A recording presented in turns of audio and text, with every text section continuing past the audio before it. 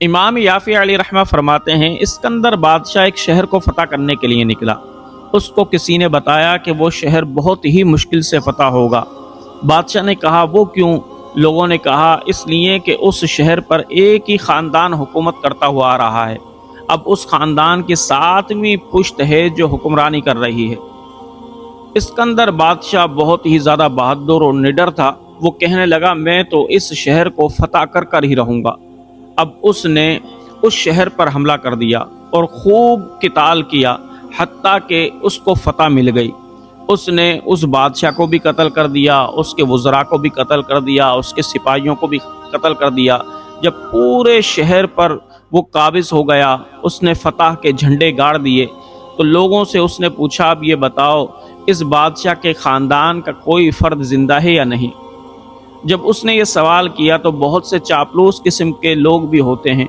ان چاپلوس قسم کے لوگوں میں سے ایک شخص آگے بڑھا، وہ کہنے لگا بادشاہ سلامت، جان کی امان، چاہوں تو ایک بات کہوں؟ بادشاہ نے کہا کہ کہو۔ وہ کہنے لگا بادشاہ سلامت، ہاں اس خاندان کا ایک فرد زندہ ہے اور وہ تو قبرستان کے اندر رہتا ہے، اس کو حکومت سے، ریاست سے کوئی تعلق نہیں ہے۔ بادشاہ کہنے لگا مجھے اس کے پاس لے کر چلو۔ اب اسکندر بادشاہ ایک قبرستان میں پہنچا، وہاں دیکھا کہ ایک نوجوان ہے جو قبروں کے پاس بیٹھا ہوا ہے۔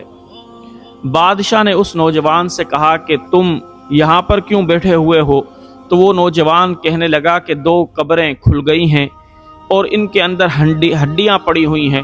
اب میں تلاش کرنے کی کوشش کر رہا ہوں کہ ان ہڈیوں میں سے بادشاہ کی ہڈی کون سی ہے اور عام سپاہی کی ہڈی کون سی ہے، امیر کی ہڈی کون سی ہے اور غریب کی ہڈی کون سی ہے۔ پھر وہ نوجوان رونے لگا، کہنے لگا اے بادشاہ میں ان ہڈیوں میں فرق نہیں کر پا رہا، لیکن دنیا کے اندر یہ فرق رہتا ہے، مرنے کے بعد یہ فرق کیوں نہیں رہتا؟ جب اسکندر بادشاہ نے اس کی یہ پر حکمت باتیں سنی، وہ بھی بڑا متعجب ہوا۔ وہ کہنے لگا کہ اے نوجوان، اگر تو چاہے تو میں اس ریاست کا، اس شہر کا تجھے بادشاہ بنا دوں۔ وہ نوجوان کہنے لگا مجھے ایسی بادشاہت نہیں چاہیے کہ جس میں رسوائی ہو، جس میں ذلت ہو۔ بادشاہ سے کہنے لگا کہ میں یہ بادشاہت نہیں چاہتا۔ اسکندر بادشاہ نے کہا کہ پھر تو کیا چاہتا ہے؟ وہ نوجوان کہنے لگا اگر تو مجھے بادشاہی دینا چاہتا ہے تو چند چیزوں کی ضمانت دے۔ بادشاہ نے پوچھا کہ وہ کون سی ضمانتیں ہیں؟ وہ کہنے لگا میں ایسی زندگی چاہتا ہوں کہ جس میں موت نہ ہو، ایسی بادشاہت چاہتا ہوں جس میں خاتمہ نہ ہو، ایسی لذت چاہتا ہوں جس میں کڑواہٹ نہ ہو۔ جب اسکندر بادشاہ نے یہ سنا تو وہ حیران ہو گیا۔ وہ کہنے لگا یہ چیزیں تو میرے بس میں نہیں ہیں۔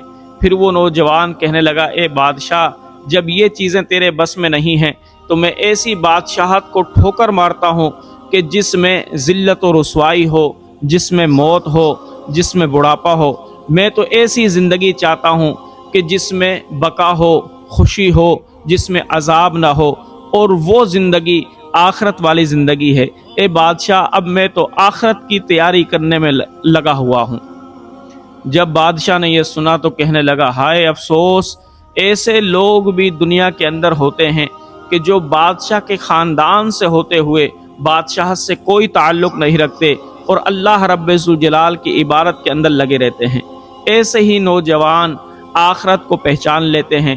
تو جوانوں، جو شخص بھی آخرت کو پہچان لیتا ہے وہ دنیا کے اندر منہمک نہیں ہوتا، دنیا کے اندر مصروف نہیں ہوتا، کیونکہ اس کو پتہ لگ جاتا ہے کہ زندگی کی کوئی حقیقت نہیں ہے، دنیا کی کوئی حقیقت نہیں ہے۔